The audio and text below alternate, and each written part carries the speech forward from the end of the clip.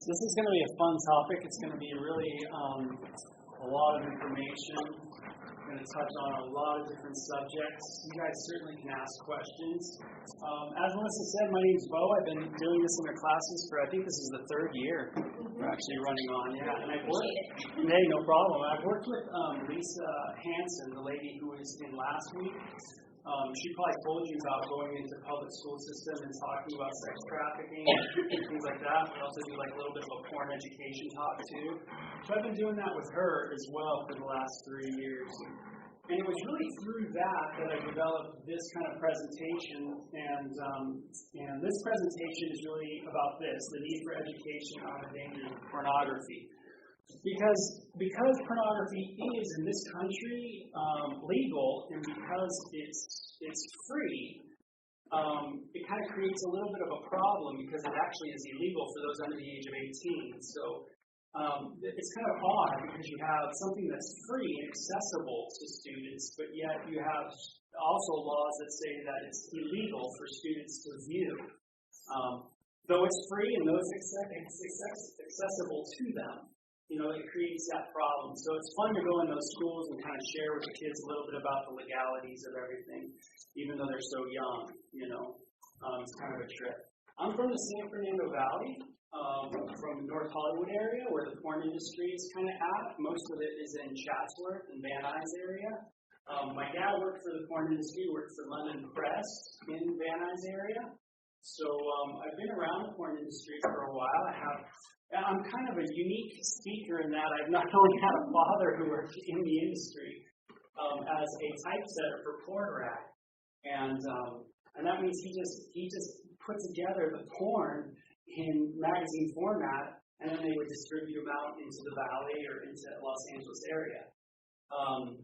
But I also have friends growing up that were in porn and on film, and anything from hardcore porn to softcore porn. There is different levels of pornography. So whenever someone says, hey, we're going to talk about pornography, it's kind of tough for me because I'm always like, well, what kind or what are you exactly referring to?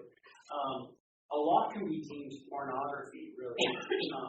Because, you know, the definition of pornography is really anything that its primary purpose is to cause sexual arousal. So it could be anything on film, it could be probably listening to erotica podcasts, which could be deemed a pornography. It can be a lot of different mediums. So I'm unique in that sense because I do have that background. It is always weird. I always tell people it always is odd when you see friends on film because there's always an idea that people view pornography because they want to have sex with the people that they're watching. And usually that's kind of typical, right? Someone gets caught, maybe a husband gets caught viewing pornography, and the wife goes, you want to have sex with those women, and that's usually the assumption. But that's not always the case. And I'm a perfect example where I've seen my friends actually have sex on film, and I've not once wanted to have sex with them. And even if they want to have sex with me, I'd be like, nah, it's okay. But I have seen them have sex, you know? So in that sense, maybe I am hopefully a unique speaker for you guys because I do have that kind of experience in my life. You know, pornography is obviously a big topic today. I'm sure all of you guys hear a lot about it, or maybe even some of you guys watch a lot of it. I don't know. But it's so big. I mean, you have magazines like GQ that actually have articles in it now about the ramifications of pornography, and that's a lot what we're going to talk about too. Is the ramifications of it and the porn culture. A lot of times you'll hear things like erectile dysfunction. Has anybody heard that? Like, watch too much pornography, you're going to get ED, right? That kind of thing. That's always a big thing. Almost like erectile dysfunction, it never really occurred before porn. Is that true? No, of course erectile dysfunction happened. But a lot of people know that erectile dysfunction is a result of so much pornography being watched and the compulsivity of pornography on a lot of people where they don't just watch porn. It's not just like once a day a view of porn, but some people are watching porn like, you know, and self-gratifying to it sometimes 5 times a day. I mean, it's like really consumed their world. This CQ article talked about further hardcore material, that if you watch a little bit of material, it's going to jump to another one. Has anybody heard about that? That kind of progressive mentality? What? Domino effect. That's right, a domino effect. You watch, check out some swimsuit people or some dude with no shirt on, right? And all of a sudden you're into kiddie porn. Right in a month. That's not so much the case, right? For some people it is, no doubt. For some people it is, there's kind of like a starter, They start small and they go big. But it's not always the case. But you see that these are big topics in the world today, especially in our world. Better sex if you stop, that's a big one today too. People are saying, hey, if you stop pornography, you're actually going to have better sex, because so much saturation of pornography and sexual imagery actually affects the way that you're able to have sex with a real person. So that's a big topic too in discussions. You're going to hear that when you hear about the porn controversies today. I do want to tell you that there's nothing new with what we're going to go over. These controversies and talks have been spoken of over the last 50 years, at least in the United States. But they're just coming out more and more. Randy Spears, he was a famous porn actor. I mean, gosh, I hate to tell you, I hate to say this and admit this, but I've seen this guy on video quite a bit. Randy Spears has been in the porn industry for a long, long time, 26 years, just recently came out of the porn industry and talked about just how grateful he was to finally get out and the struggles he had in that industry and things of that nature. So even today, you don't just have like big magazines like GQ that are talking about porn, but you also have people that have been kind of a staple in the industry for so many years that have also come out of the industry and have negative things to say about it, which creates the controversy and it creates the public opinions of the industry itself. You got to remember, when you're talking about pornography, you're talking about an industry. It is an industry. When Lisa was talking to you about sex trafficking isn't a legit industry. You understand the distinction? Pornography is legit. We could all get on a plane right now. We could all go into California, go into Chatsworth, go into a building, see a secretary, ask for, how do we become employed? We could use our skills as tech writers, as computer graphic art. We can secretarial skills, lighting skills, and you can get into the industry. So growing up over there, it's not uncommon for students and youth to go, hey, I think I'm going to get into the porn industry, because that's the only way you can really get into a bigger industry in California, and that's called Universal Studios. You guys have heard of that? That's the biggie. But usually it's hard to go in there and say, oh, by the way, can I get a job at Universal Studios? It's probably not going to happen. But if you can get some experience in a lower industry, which the porn industry is that, then you can go in there and say, hey, I've worked in lighting here, I've done graphic work there. But it is an industry. It's legit. Okay? The arguments I'm going to give for why it's important that we teach students, especially underage students, about the dangers of pornography is that there are major issues going on right now. People talking about the effects of it on your brain, the issues of criminalization of underage kids because of issues like sexting, right? And the mass production of pornography worldwide and the amount that's available for kids. Those are really my three arguments for why it is very important today to have to talk about this subject, especially with underage students. But in the United States, there has been arguments against pornography that have been very popular throughout the last 100 years. And I'm going to just nail these really quick for you guys. Anthony Comstock in 1870 talked about pornography tainting the soul. So the Congress passed the Comstock Act, which bars to this day the right for anybody to send in mail obscene material. So that's still in effect in the United States. This law actually was broken in 1972-73 by a guy named Henry Miller in California. And what he did was he sent in the mail, it was actually sealed, and there was nothing on the outside of it, but he sent to local Orange County neighbors, people, trying to some letters promoting his business. Well, it happened to be an adult business. So when people opened it up and looked in it, he had actually nude pictures in there. And so people opened it and they were like, whoa, you know. Now you got to understand that before the Comstock Act, it was okay to do that until finally people were like, hey man, I don't want to be receiving this stuff in the mail, you know. So this thing got passed, you know, to prevent that. But in '73, I was born in '72, so around that time, you know, again, this guy broke it and it went into court. It became Miller versus California. It was a big case.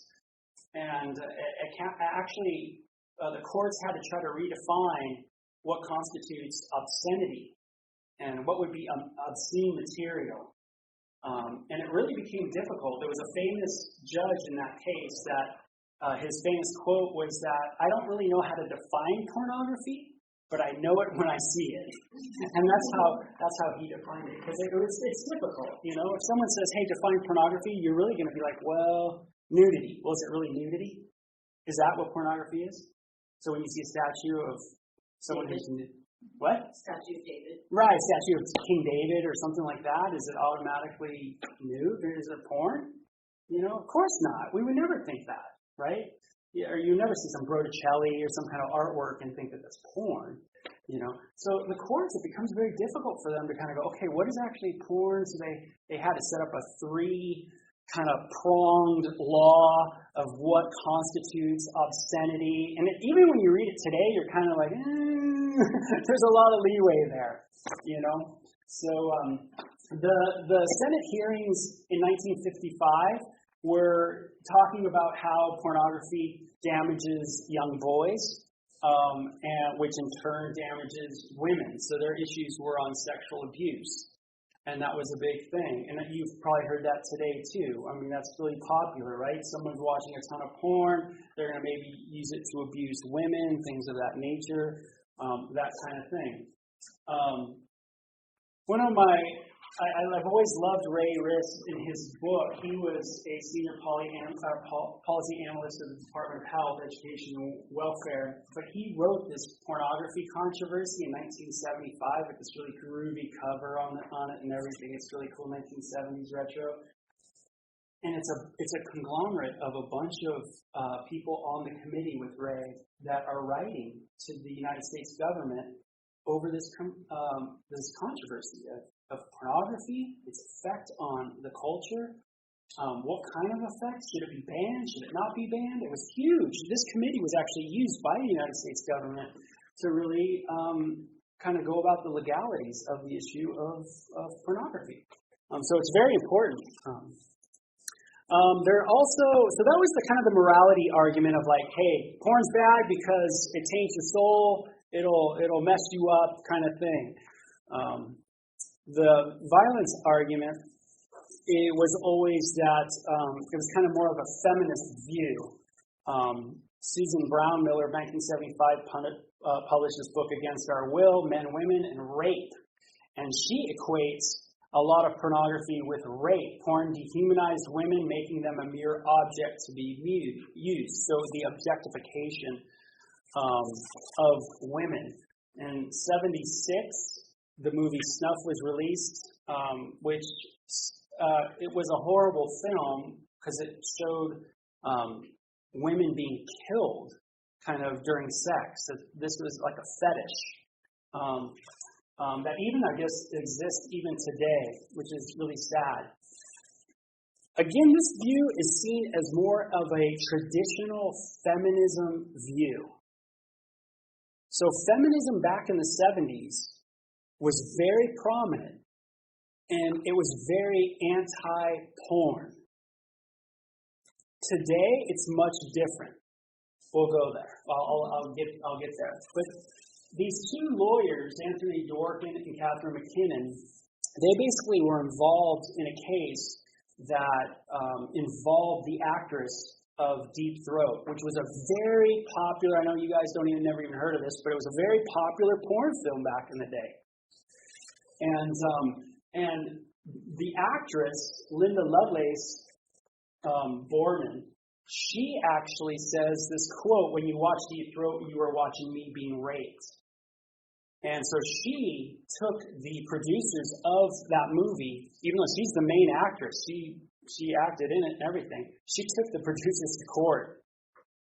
And the feminists, Dworkin and McKinnon, were the lawyers, and they were hoping to use this case to shut down the porn industry because it was seen that women were being mistreated. And that was the idea, that if they could prove that women were being mistreated against, it would become a civil rights issue. And it could be shut down. Well, it didn't work, and obviously porn still is doing its thing today. Yeah, go on. Is the guy, is her husband, who she was in the movie with? Is what? Her husband, Chuck Sheehan. Yeah, what about him? Is he, it says for the abuse to her during the making of the movie, was he who was in the movie with her, or was he just like on the set? No, he was basically like almost like her agent. Okay. Yeah, so that's how you would look at him. Okay. Yeah, he was the one who basically pushed her into it. Okay. Yeah. The problem with the feminist view right now, or let me back up just a titch. What would be a problem with the morality view of pornography right now? If you were to say, well, porn's bad because it just taints your soul. Okay, I would point out that there's no scientific argument to go with that. Could you elaborate? Okay. So maybe it really kind of separates itself from maybe a scientific view, right? How do we know it taints the soul? What is the soul? Right? Gets into all that. Is there a soul? Right? We live in a very secularized country, right? So we're supposed to, anyway. So so that might be one issue. How about you guys in the front? There's like tons of things that are immoral that are still legal. Okay, so there's a lot of things that you could say taint the soul, right? But like that doesn't make it illegal. Okay, so there's not a criminalization for it, right? Yeah. Yeah. Okay, good. Because you're using the word soul, you think that would have to do with faith-based beliefs, and because of the separation of church and state, you'd have to reword for more scientific, like it taints the psychology. Yeah, okay. Now that's a good point, because you guys have heard of prohibition, right? Yeah. 100 and something years ago, right? Where when alcohol became an issue of morality in the country, meaning people of faith thought it was something that was wrong to do, okay, to drink alcohol. You know, they, in a sense, went to the United States government and said, hey, by the way, this is immoral. This is something that's an immoral act. And they said, well, we can't really just write a law because you guys think it's immoral to drink. We can't just pass a law. So what it did is it created, there was groups of people all over the country and in Canada that actually created these committees and groups, and they started marching, and they started creating a real public awareness of these issues, and said, hey, you know what? We can't go in through morality, but what we're going to do is we think that this is actually creating a public health issue. And when they took that to the government and said, hey, public health, this is a public health issue, alcohol, man, you're drinking, people are getting drunk, it's not good for their bodies, blah, blah, blah, blah, there's scientific proof for that, Then the United States government said, okay, and it was illegal to actually buy alcohol in the country. So you made a lot of criminals of people that like to have a glass of wine, right? So do you make people criminal because they like sex? Right? Or because they like a type of sex? Do you make someone a criminal because of those things? You know, those are big questions, right? Now, if I look at the feminist issue and I say, well, why would the feminist issue from 50 years ago not work today? These feminists said, hey, it's subordination of women, it's objectifying women, it's showing rape, it's making men rape, it's doing all these things. What happens with that today in today's culture, especially in today's porn culture? Does anybody know? Anybody have any ideas? Why that kind of feminism is tough, even though it's still there. There's still people that are that way. No doubt. Why would it be tough to argue that? Porn is bad, strictly from a feminist perspective. Anybody know? A lot of women today Watch porn too. That's right. A lot of women watch porn, and that's today's life. 1 out of every 3, they say, right? Online are women that are people that are viewing porn are women. That women are. I guess you could tell us like the porn is mainly targeted towards men. You can definitely tell people who watch it. That's right. But you have producers, Anna Stan, Erica Lust, Jackie St. James. The list goes on and on and on. And they're all women that direct, have their own porn companies. Huge in the world today. I mean, it is a huge women's liberation movement. Isn't that odd? Where 50 years ago, pornography was seen as an anti-woman movement, today it is actually seen as a pro-women movement. Because women, it has given women an arena to express their sexuality as they never have been able to do before. Does that make sense?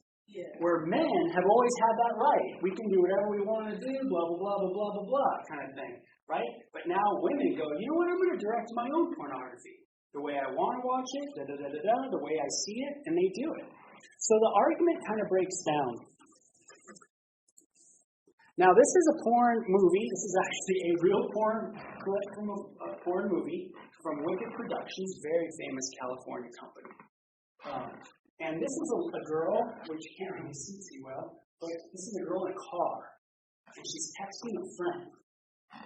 And she just got done. I got to give you some context. Okay, she walked to her car. There was this beautiful-looking dude there, looked awesome, gorgeous-looking guy.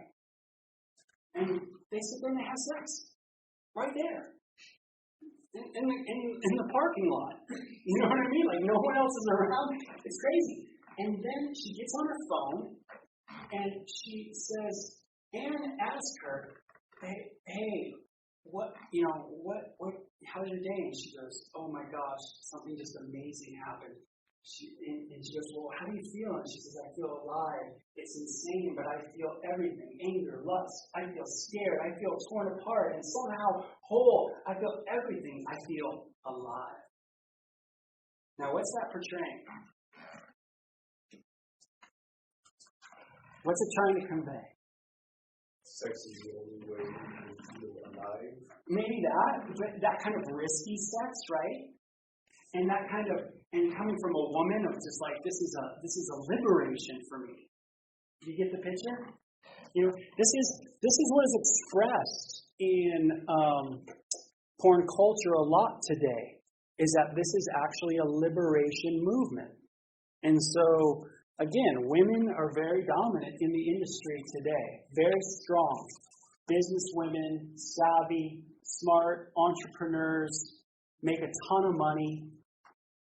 And, they feel it would be wrong for them to not be able to express themselves in these ways that men have been able to for so many years. The sexualization argument is basically the one of objectification and the one of just women all looking like Barbie doll women. When you think of pornography, most women go, oh, well, I don't look like a porn star at all. You know, because a porn star looks like what?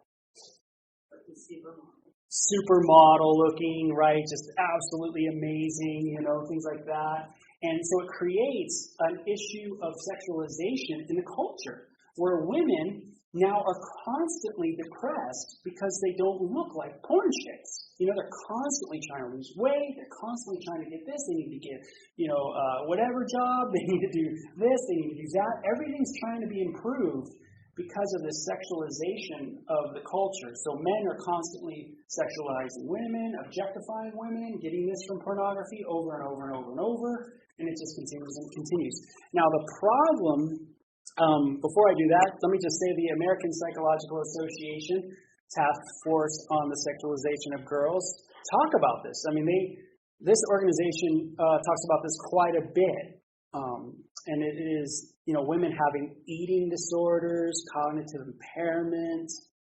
Because women themselves, maybe some of you young women in here have self-objectified. I have a 16-year-old daughter who's constantly worried about her looks, constantly, all the time. And I'm just like, hey, pump the brakes. But it's like it's constantly there, right? I asked her what guys want from her in school. When she was in junior high, she was already 6'4". She was already pretty developed. And I would ask her, what do guys say about you? And she says they want nudes, they want blah, blah, blah. I mean, and this is in the 7th, 8th grade, and I'm just like, man, dude, constant barrage, of sexualization. Oh, that kind of thing. So, does pornography play a part in that when people are watching pornography all the time?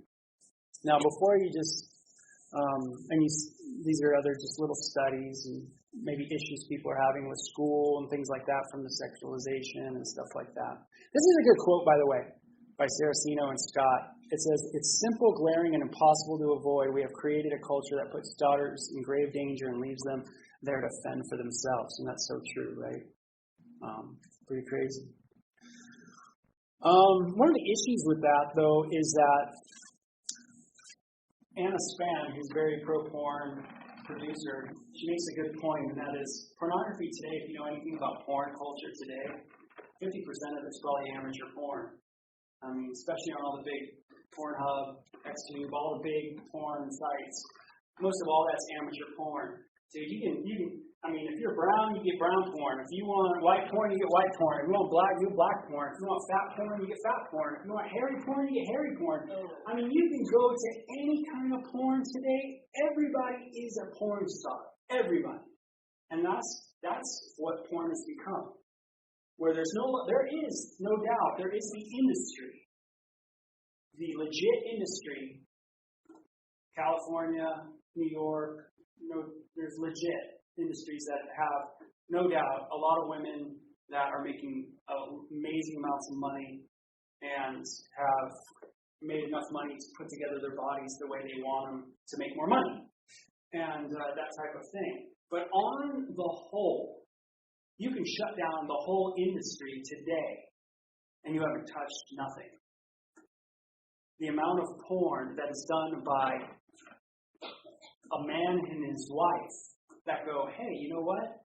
We're running short on rent money this week.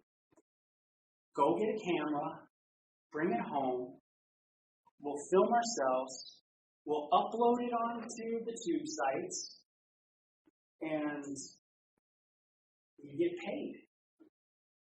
That happens all the time now in the country. There's over 2 million cam girls alone, and that's slow. That's speedily going up and up and up. Meaning how women a lot of times supplement their college education is through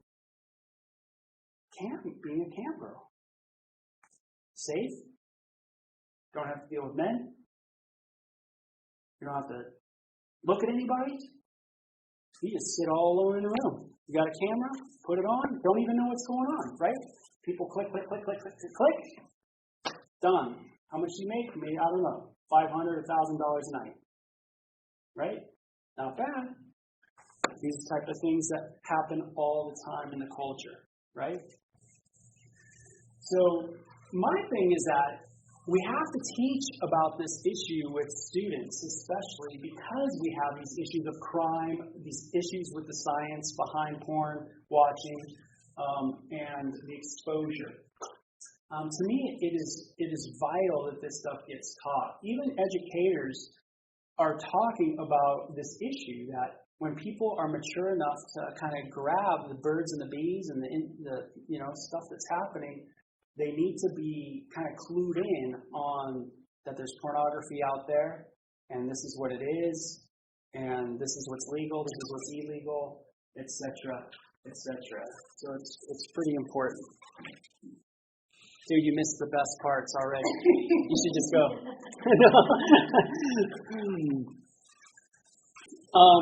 When it comes to crimes, this lawyer, Catherine McKinnon, back in the 70s, I put it in bold lettering, but what she said is that for others, the consuming of pornography is a means of turning to the world of commercial sex. That when people view pornography, it's just a matter of time before they get into actually prostituting or things of that nature. That becomes like a stepping stone to it.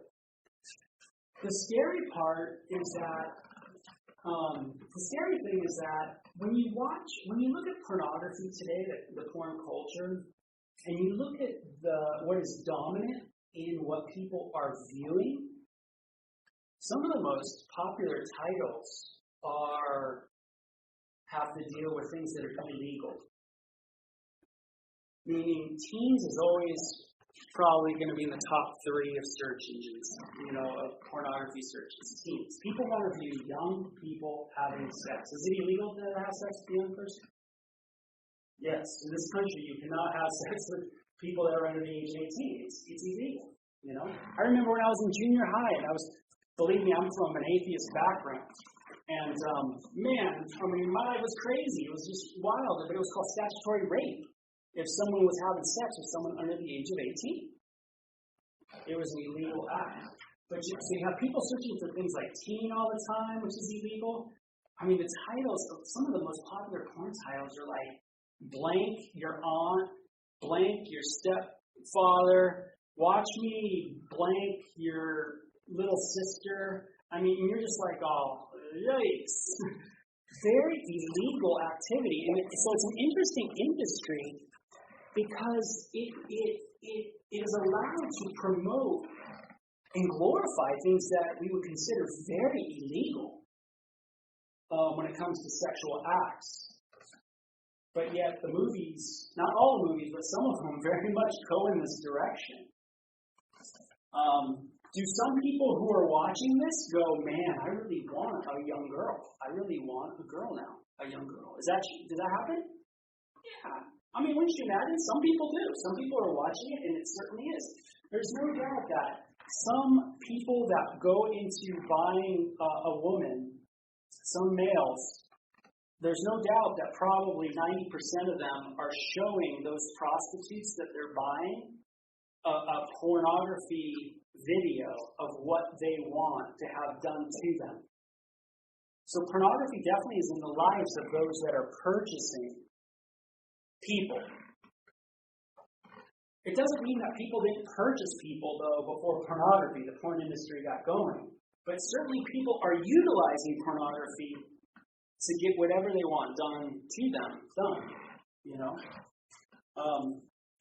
So, again, this was written back in the 1970s when she says this. Today, again, you have so many women viewing pornography that it kind of throws another monkey wrench into this equation, right? Because you have a lot of women that are viewing pornography. Are they going out and having prostitutes? Are they prostituting? No, a lot of them aren't. A lot of them actually are utilizing it for other reasons. And I hope I can get there and share with you why. Something to think about here is the National Center for Missing and Exploited Children in 2003 estimated 20% of all pornography traded on the internet was child pornography, and that since 1997 the number of child pornography industries available on the internet had increased by 1,500%. So pretty radical, right? When you have something unregulated like the internet, everything flies, right? Everything, not just sex, but everything. You look up violence, man. I've seen some stuff on the internet. I'm just like, oh my God, it's like troubles my heart, man, to see the violence. Like war, when you look up war stuff on the internet, holy moly, man. Sometimes I'll watch some ISIS stuff, like I'll hear some things about what ISIS is doing, and I'll look it up, and I am just like floored. It has grieved my heart. It's so gross what's happening. It's just gnarly. So, but you have something unregulated, everything's flying on it. The issue though with criminalization is do we criminalize teens because of foolish behavior when it comes to sexuality with the technology that they have today? So you have a 15-year-old boy who's arrested in Jersey City's Dickinson High School for allegedly recording himself and a 13-year-old engaging in a sex act and uploading the video to Facebook. Stupid? Yeah. Totally stupid, right? Would I have done it? Probably. I was stupid. Absolutely dumb. When I was in college, one of my old girlfriends from when I was in junior high came over to my house, and she was so cute. She goes, "Hey, I was cleaning out my room, and I found a letter from you that you wrote me back in junior high, Do you want it?" And I'm like, "Oh, God, yeah, I definitely want it." And I read it, and I was just like, I couldn't believe I said those things. You know what I mean? So I am grateful I didn't have a phone. You know what I mean? It would have been bad. I would have been in jail. But, here you have, a 16-year-old West Orange boy and 16-year-old Little Falls girl were each charged with distribution of child pornography. Could you imagine that? Sending pictures. Now they're distributing child pornography. So you have teenagers that are getting busted for this kind of stuff. You have people on Facebook, this is their culture, right? The people on Facebook that are looking for them, and people that are, putting out lines to maybe hook a young girl or a young boy into having sex, things like that. You have these headlines that, 10 boys allegedly use Snapchat to make porn, right? Teenage boy arrested for posting a sexually explicit video of a 14-year-old girl and himself. So you see these different issues, right? So you have boys and girls that have technology. You have unregulated pornography in the country, though it's illegal for them, but it's all accessible to them. It creates this problem. You guys see this giant issue that's going on? And it's pretty serious because now you have people under the age of 18 doing things that are illegal all the time in viewing pornography. Plus, they now have the capability of being their own producers. So they not only can view it, but they can also produce their own porn and upload it. So that's wild. I mean, it's absolutely crazy. Let's see, where am I going here? There we go. Now, I always like to think about things. When I was a kid in San Fernando Valley, the porn that we watched as kids, it's all adult pornography, right? We'd have to find a VHS tape, right? We'd pop it in. We found a Playboy, a Hustler mag. We look at it and we're like, whoa, we're blown away, man. It's amazing. It was like getting a grand prize, man. It's like once out of every year you find something like that. It was just amazing and it was wonderful. And as a kid, you were just so excited about it and everything like that. Nowadays, it's like, we always, though, what I want to get to is we've always watched people that were older having sex. Today, a 13-year-old comes home from junior high and goes, "Man, dude, Mary is beautiful. She is so amazing. I want to see her naked." So what he does, he goes online and he types in 13-year-old girl naked. Do you see the problem? That's illegal. If that kid just downloads that he is now he's on the verge of some serious illegal activity if he has that on his hard drive. And if he ever moved that from his hard drive to a person, now he's distributing pornography, child pornography. At a 13-year-old who just looks at Mary and just goes, "Man, dude," and just has a fantasy in his brain about her. Now he actually can act it out. So child pornography is a multi-billion, last I checked it was a little over $3 billion, the industry worldwide. So there's a big demand for children, which is sad. So educators want to educate, and that's what that slide's about, but I want to move on. I already told you about this. 86% of prostitutes say that Johns, or people that want them, show them pornography. So you get to see that trafficking in pornography, there's definitely a link, because people that traffic definitely are viewing pornography. But I just want to remind you, I don't want to just share one side of the story with you, because there's a lot of people that view pornography that don't go to prostitution at all. Many more people watch pornography that never, ever, ever go to prostitution. Men and women that view pornography. But usually people that are getting prostitutes will use pornography. Here's another real live porn video, right? But notice what this porn video is portraying. This is someone who's interviewing a young girl and says, "So you know that I am a model agent." And this is how some pornography presents itself, is it says, it actually, in the videos, they present a young girl coming to a place, like almost like a home, but it looks more like an office. And a guy sitting there and saying, hey, I'm a modeling agent, are you interested in being a model? And she's like, oh, yeah. And then all of a sudden there's this slow move from this conversation about being a model to, have you ever thought about doing any nude pictures? And then it goes on and it goes on and it goes on until she says yes and she has sex with them. And see, sex trafficking is coercion, right? It's anything that there's an exchange, any kind of exchange that's happening for the sexual act. And what's crazy is some pornography, a small percentage, but some pornography actually portrays this kind of coercion in the show. This is actually it. It's because it's done in Europe. It has the subtitles. There you go. My brain is basic. But you have the subtitles there.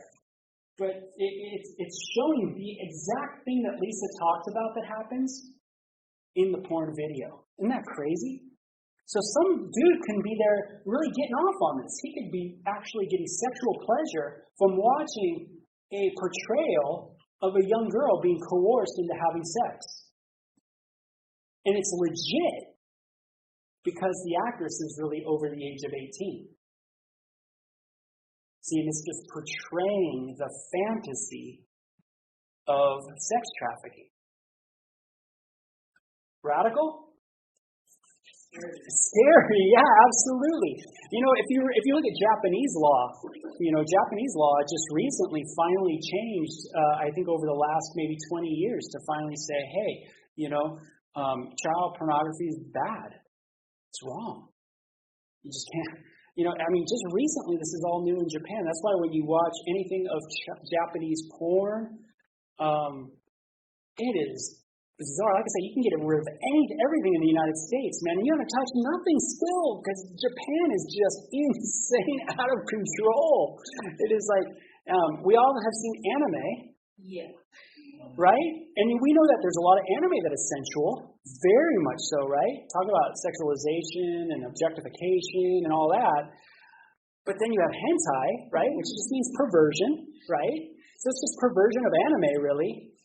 But you watch some of hentai porn, and you're just like, what the heck is this? What am I? It's just like mind-blowing odd. It's so bizarre that you're not even turned on. You're like, what? That's right. It's right. Absolutely so. But some people, there's no doubt that some people have a bent. And I've been around this for a long time, and I've been probably working in this kind of field for the last 10 years. And there's really, I wish I could say there was a pattern to it all of like, oh yeah, that guy's definitely going to be into this kind of thing, or hey, this guy's, but it's not. Some people just get into these niches for some reason, and they tend to stay there. But that's how we all kind of are, right? If there's something that pleases you, you tend to want to stay there, So, like in today's porn culture, if I throw up a porn site, right? If we went to the most popular porn site today, which is what? Pornhub. Bam. We went to Pornhub and I showed it to you guys, right? 80% of it, you guys are going to be like, nah, that's weird. You know what I mean? You guys are going to be like, I don't like that. That's kind of odd. That's funky. This is not into that stuff. But there's 10, 25% that'll get you. Meaning 5% you'll be like, hey, that's not bad. You know what I'm saying? Does that make sense? Yeah. It's like a buffet at Las Vegas, man, no doubt.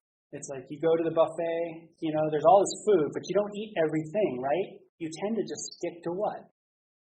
What you like.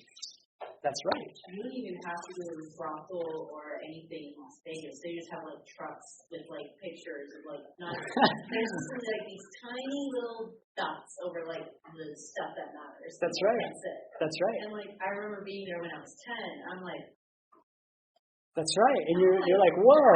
Allowed to ride around? Yeah, it certainly is. But usually that's right. Trying to get someone who's. Most people look at that, even people that watch porn all the time look at that and just go, blah. You know what I mean? But there's some cards are like all over the ground. That's right, but some people, that's what it's betting on, right? Some people will go, hey, I want to go and experience this and see this and that type of thing. Now, the other thing we have to teach kids is that there's a lot of research being done in neuropsychology about the effects of porn on your brain.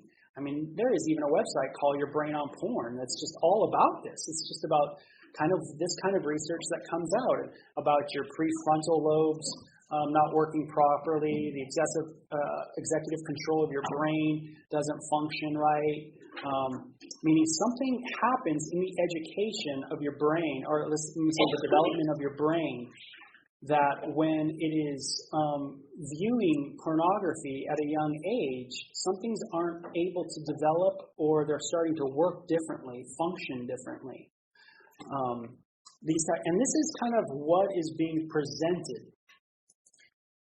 So while the prefrontal region is supposed to be able to weigh consequences in situations and judicially shut down cravings, the porn user's ability to do this is severely impaired when the cravings for sexual stimulation surfaces in the viewer. Their whole body gears up for action and the craving consumes them. So this argument is that a kid can't do anything about it because biologically now he's kind of jacked. Does that make some sense? So something's going on biologically, like something's misworking now, not working right. But who's to say if it's working right or wrong, right? And the other issue is that if a child can't help himself because his brain isn't functioning right, then it's a biological problem. Something's wrong with his brain. It's not functioning right. That's why he's viewing pornography. So if you try to tell a student, hey, stop watching porn, his answer could be, well, I can't because biologically my brain's messed up already, which is kind of a bummer. Or, I would rather tell a student, hey, you can still change. You can change. You know what? I like to give him some hope instead of saying, hey, did you view porn? And he goes, yeah, I view porn already. And I go, man, you're messed up. You're messed up forever. Sorry, because biologically there's a change that happened. You got rewired. It's all done. It's jacked. Sorry. Yeah, that's right. Does that make sense? That would be a bummer, to say that to a kid. I would have hated it if someone said that to me, that, hey, you can't change or anything like that. So, but this is a big, and it will be ongoing in your guys' generation, this kind of talk. Have you ever heard that watching porn is the same as drugs, like a drug addiction? It's the same power of a drug addiction. It's funny, in Texas, I think the senator from Texas just put on the state floor to a ban for pornography. And one of his quotes was that because he quoted one of these neuroscientists saying, hey, because watching porn is like doing cocaine. And I wanted to say to him, I wish I was there, I would have said, hey, Senator, have you done cocaine? And have you done porn? Do you really know what you're talking about? I've done both. Okay? And I've done meth, and I've done ecstasy, and I've done nitrous oxide. I've been on a lot of drugs when I was a kid. Okay, growing up. Los Angeles will do it to you. And I've seen a lot of porn. And I've been married to a wonderful woman, had a wonderful marriage for 24 years. And I've had a lot of sex with my wife. Okay? Two different things.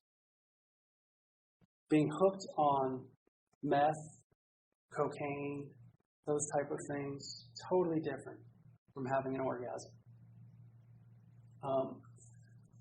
But this is something that is promoted very much in our culture.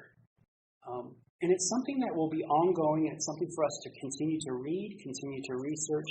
But the thing is because it is relevant today, and it is relevant, we should be talking to students about this. Because if something's happening to their mind as they're watching pornography when they're young, then we need to address it. We need to at least let them know the dangers of it and what potentially could be happening to their developing brain.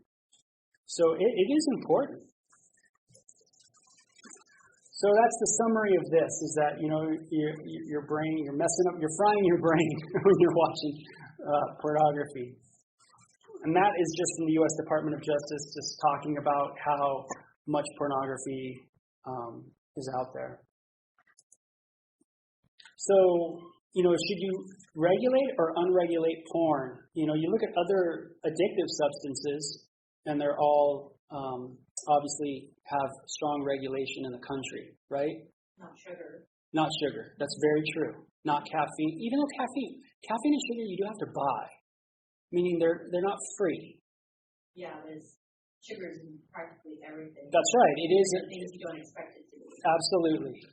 And I would never argue that. That's for sure. Absolutely. But you have to buy it still. And what's interesting is pornography is free. It's not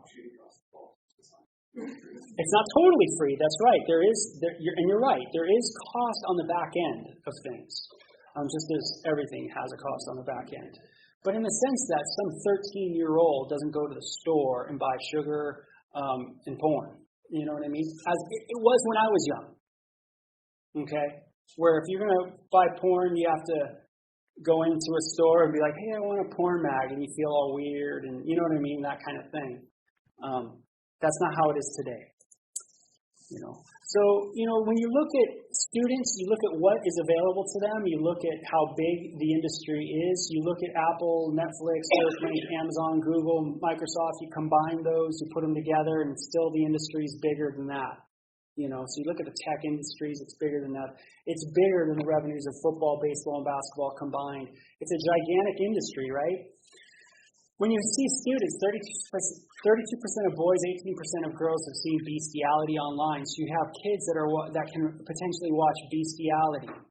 Do you think that's a problem in society? Do you think kids should be able to view bestiality? Would you want your children to stumble across bestiality or not? You know what I mean? It's like, that's probably not the, hey, 13-year-old son. It's like, let me speak to you on that. And one of the things I want you guys to think about is, do you think everything's okay? See, a lot of times people go, oh yeah, pornography's fine. Everything's fine. It's all fine. Whatever you want to do with your sexuality is fine. Oh, is it? Is it good for my dad to work in the porn industry, being married to committing to a monogamous marriage? Do you think that was good for him? No, it probably wasn't the best idea, right? to work in that industry. It affected certainly the marriage. They got divorced when I was 10 years old. It didn't work out very well. Not everything that people do sexually is right. Or do you think it's okay? Is there a right and a wrong when it comes to sexuality or sex? These are huge issues in our culture, philosophical issues. We ain't gonna finish it right now, of course, but these are things that we have to think about, right? I'm from a culture where everything was fine. I grew up thinking everything was great, everything's fine, do everything. But as I got older, I realized when I go down to Tijuana and I see girls get date raped all the time, I was wondering, I don't know if this is right to get girls drunk and to sleep with them. I don't know if that's good. Some people might say, hey, that's fine. It doesn't matter. They shouldn't have got drunk. But other people might say, no, that's absolutely wrong to take advantage of people like that. So, big things we have to think about. 8 to 16-year-olds having viewed porn online, 90%. So you have 8-year-olds. They say now the average age is around 6 to 10 of first exposure to porn. Both of my kids were solicited online, by the way. Meaning someone wanted to talk to them about sexuality in some kind of either gaming community or something like that. How much time do I have? Let's see. Until. Oh, good. We got some time. That's cool. Hey, this would be awesome. Just think if we all started a company, man, and we go, you know what, God, we hope to get some really cool people on our website. Just think if we got 75 million unique visitors every month to our website. Do you think we'd make a lot of money? Yeah. That would be insane. Wouldn't that be awesome? Now, what if I said, well, hey, you know what? You just do some lighting. You're good at administrative work. You're going to be administrative. You're going to deal with some money, some CPA work. I want you to deal with some things too, so maybe some lighting stuff as well. But you know what? You look like a tech girl, man. I'm going to put you on some graphic design work. You know what I mean? And then I'll say, hey, a couple of you, hey, you in the back, can you do some acting for me just a little bit? You know what I mean? You guys don't, it's just going to be me and you and the producer, and maybe you just get together and you have a little fun, you know what I mean? I'll record a little of it, you know what I mean? And that's it. But we'll get 75 million people maybe coming to our website. We're going to make a boatload of cash. You guys all can just, make, $250,000 in a year, and we'll call it done. Is that temptation or what? Especially if you're on the graphic end of things, or especially if you're off to the side, right? If you're just like the secretary, That's why it's interesting, the porn industry, because there's people pushing mops, there's people, there's custodians, there's all kinds of people. It's just making the office look nice, Stuff like that. It's huge. Free porn sites, amazing. 9 out of 10 internet porn users only use free sites, right? So not many people are buying, which has really created a problem with the industry, because the industry has lost probably 50% of revenue over the last 10 years for sure, from so much free porn. 58% of the adult-free websites come from outside the United States. I'll show you a picture of Luxembourg, where actually most of the porn comes from. You guys will be blown away by the company and everything like that. But you can see those porn sites. I put the question mark so you don't know which ones they are, but Pornhub is certainly one of them. But you can see how these are over. This is the population of the unique visitors are more than people on the planet. So that means people are using many devices. You know what I mean? So if you have a laptop, a phone, a desktop, you know what I mean? Yeah, that's right. I mean, people are utilizing all their devices to go there. Technology, a lot of people buy phones. A lot of people don't realize that revenue for phones and technology goes up, is so high because people want to view pornography. That's why phones are so wanted all over the world. A lot of screens got bigger. That's right. People want phones because they want to watch porn.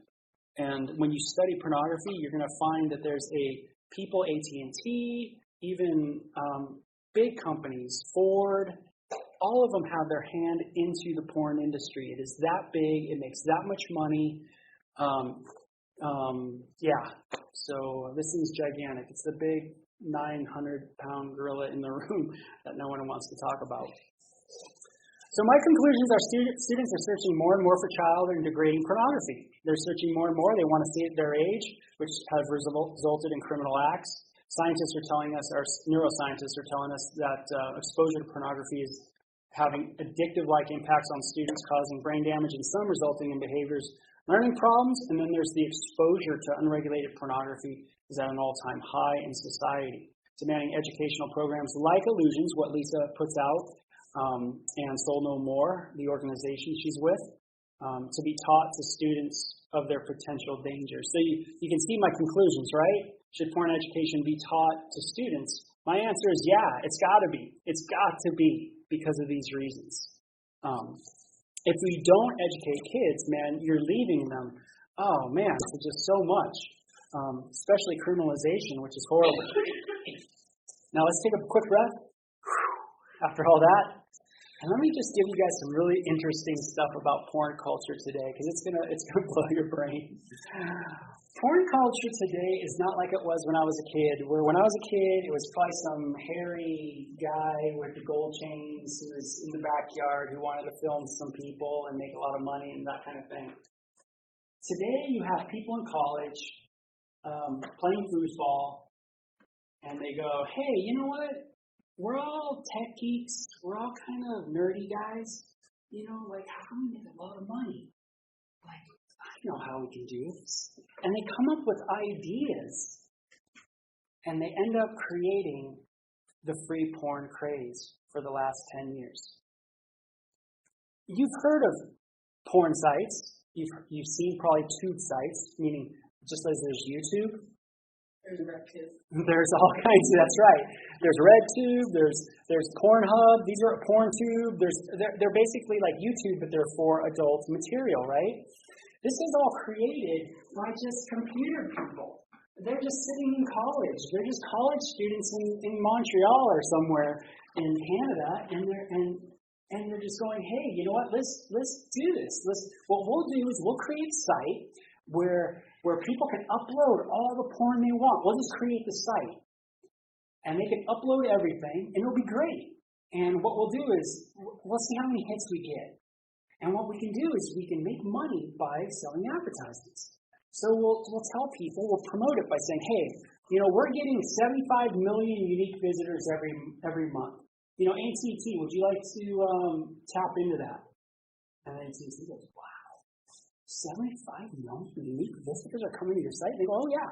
And they go, you know, we'll charge you. If they click on your banner, we get so much money, blah, blah, blah, blah, blah, blah, blah, da, da, da. And people just buy into this. Companies all over the world, man, just go nuts, right? College kids get rich. They're like, oh my gosh, dude, this is awesome. We just created a website. We didn't make any porn. You know what I mean? We just created a website on the servers and just had people load stuff up there, whether it was illegal stuff, whether it was, meaning it was copywritten material. You know, they have this little stipulation saying, hey, we're not, you know, we're just allowing it to come to our website, but we didn't upload it or anything like that. And so they have these like little legality loopholes that they have. And then people from all over the world find these sites, and obviously here we are, you know, where this is what people view all the time. This is what your 13-year-olds viewing. They're going to tube sites, just watching, making computer geeks really rich, you know. And Fabian Thalman is the guy who really created MindGeek, which is a company, but he is kind of the founder, if you will, of creating the programs that these pornographer people who wanted to build these websites, they would use Fabian Thalman's programs. And this guy Fabian was just like a 16, 17-year-old kid from Germany, amazing programmer kid. He just thought, man, you know, I'm creating these programs, and I wonder who could use them. And he saw that pornography generated a lot of traffic. So he would do a lot of test runs with his material, his programs, using the porn industry because of the popularity of porn. And so he could get a really good benchmark of how many people were utilizing it, what it would do, the functionality of his programming and stuff like that. And lo and behold, this guy becomes a multi-millionaire off of porn. You know what I mean? And if I took you to mindgeek.com and we just looked at the site, if any of you guys have your phones, you can look up MindGeek and go to their website. You're not going to see any porn or nothing. It's going to look totally, you're going to be blown away. You're just be like, that's the guy, people who run all the porn? Yeah. That's the company. And they run not just for the porn industry, all servers and all kinds of tech stuff, but for many, many, many companies. So today's porn culture too is not just the way it is distributed. Is through people like this, which is just radical, right? It's not just some creeper who's running it out of his garage, right? But it is through these high tech industries. And then you have women producing. You have a lot of porn that is pro-women on like your cable or your satellite. You guys have known HBO and stuff like that. When you watch any adult material on there, how does it show women?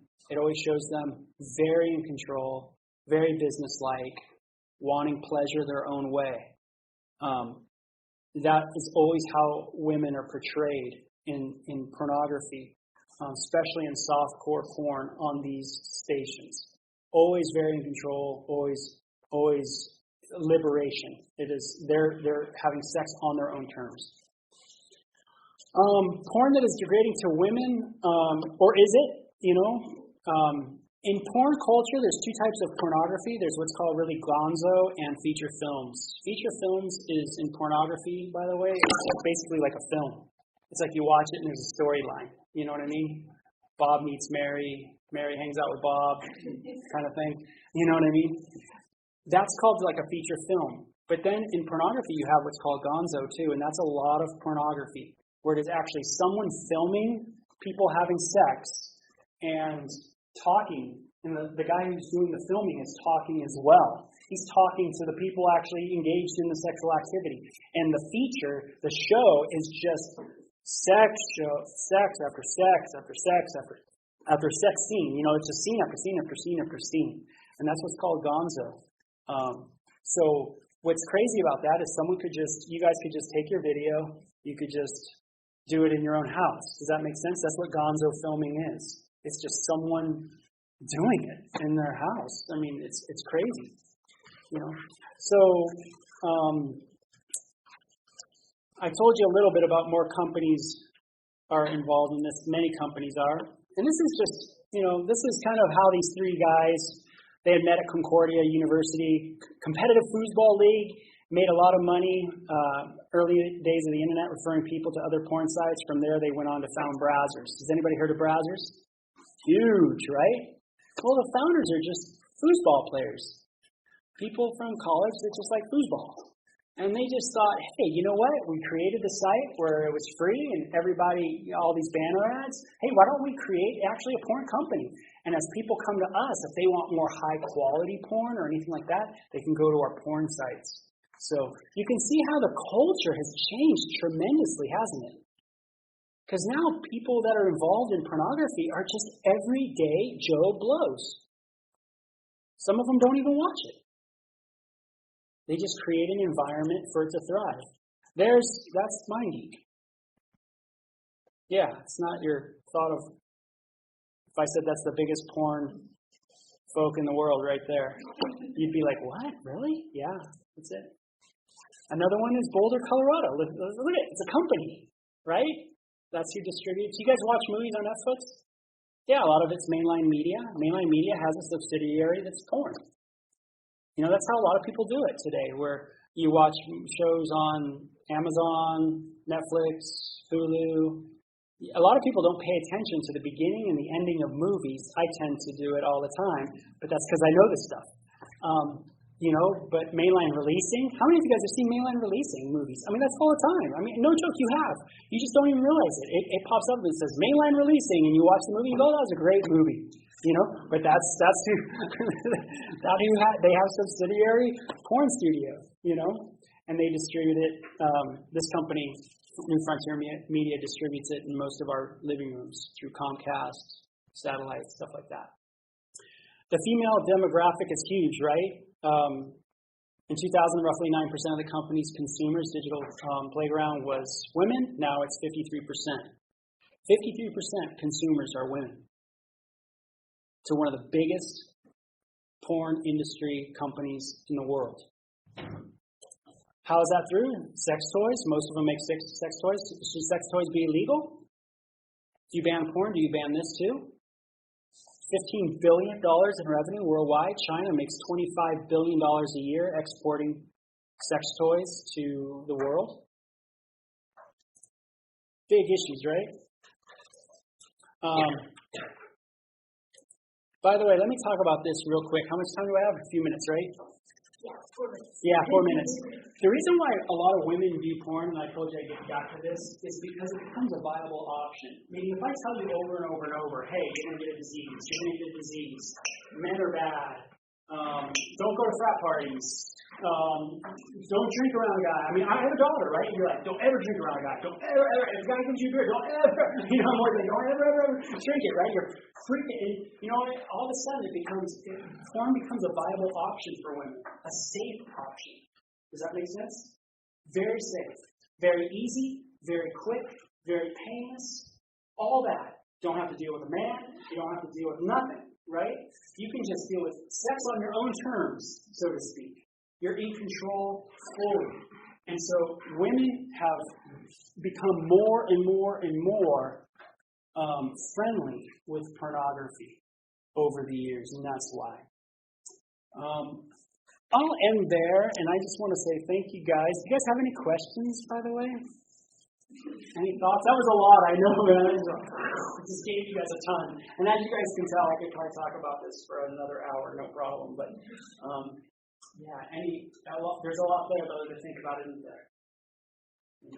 For sure. There certainly is. These are huge issues in our culture. They're huge issues for our students and for people your age.